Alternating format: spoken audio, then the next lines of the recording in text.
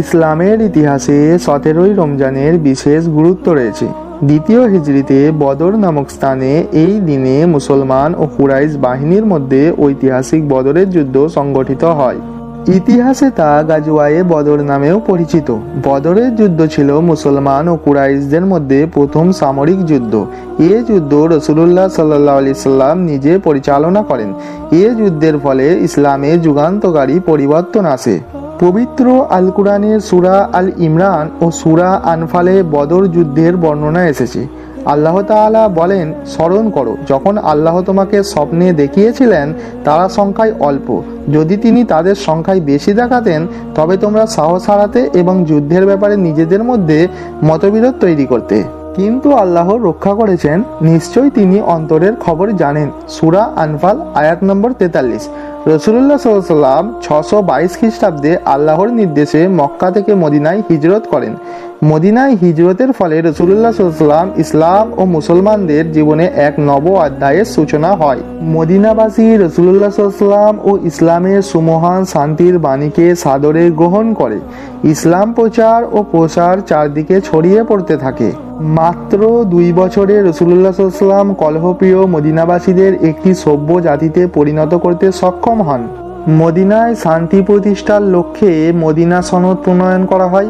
এতে করে মদিনায় বসবাসরত পৌত্তলিক ইহুদি খ্রিস্টানের মধ্যে সুসম্পর্ক প্রতিষ্ঠা ও মদিনা রাষ্ট্রের নিরাপত্তা সুসংহত হয়। রাসূলুল্লাহ সাল্লাল্লাহু আলাইহি ওয়াসাল্লাম মদিনায় আগমনের পর থেকে ইসলামের প্রচারও বাড়তে থাকে। ইসলামের অপ্রতিরোধ্য অগ্রগতিতে কুরাইশরা ঈর্ষান্বিত ও নিজেদের অস্তিত্ব রক্ষায় চিন্তিত হয়ে পড়ে। এ অবস্থায় মদিনা থেকে ইসলাম ও মুসলমানদের ধ্বংস করার ষড়যন্ত্র করতে ব্যস্ত হয়ে যায়। তাদের এই ষড়যন্ত্রের সাথে ছিল মদিনার খাজরাজ বংশের নেতা মুনাফিক আব্দুল্লাহ ইবনে উবাই। সে মদিনার শাসক হওয়ার প্রবল ইচ্ছা লালন করেছিল, কিন্তু মদিনায় ইসলাম ও রাসূলুল্লাহ সাল্লাল্লাহু আলাইহি ওয়াসাল্লাম ইসলামী প্রজাতন্ত্র প্রতিষ্ঠার পর তার স্বপ্ন বাস্তবায়নের পথ একেবারেই বিনষ্ট হয়ে যায়।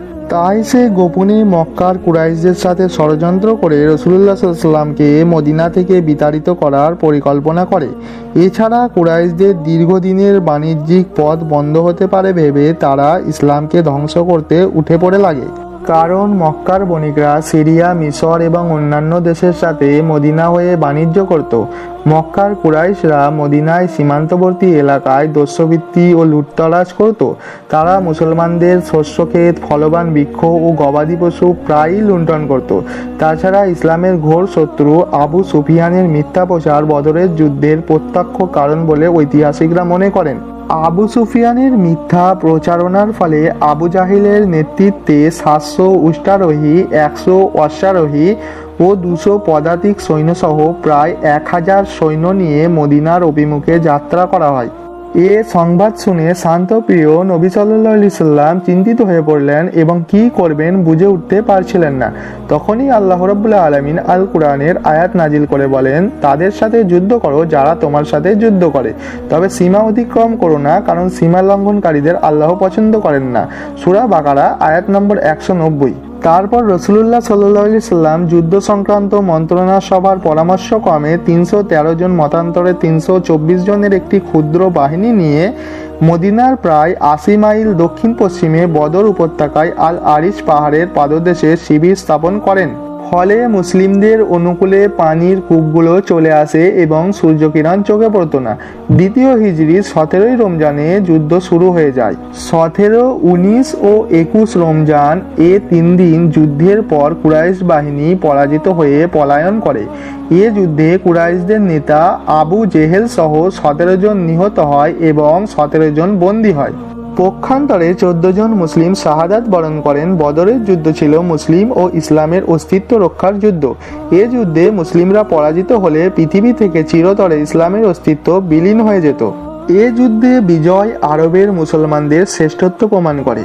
ইসলাম ধর্মের প্রতি আরব বিশ্ব এমনকি পৃথিবীর মানুষের আকর্ষণ বৃদ্ধি করে। বদর যুদ্ধের অবস্থা তুলে ধরে মহান আল্লাহ বলেছেন, আল্লাহ তোমাদের বদরে সাহায্য করেছেন অথচ তোমরা ছিলে ক্ষীণ শক্তি। সূরা আল ইমরান আয়াত নম্বর 123। মূলত বদরের যুদ্ধ ছিল সত্যের উপর মিথ্যার বিজয়। ইসলাম ও মুসলমান সত্যের পথে অবিচল ছিল, তাই মহান আল্লাহর পক্ষ থেকে তারা সাহায্য পেয়েছে। সর্বোপরি বদরের যুদ্ধ মুসলমানদের আত্মবিশ্বাস বৃদ্ধি করে, বিশ্বজয়ের পথ মসৃণ করে ও মিথ্যার উপর সত্যের বিজয়ের মাধ্যমে সর্বোত্তম ইতিহাস রচনা করে।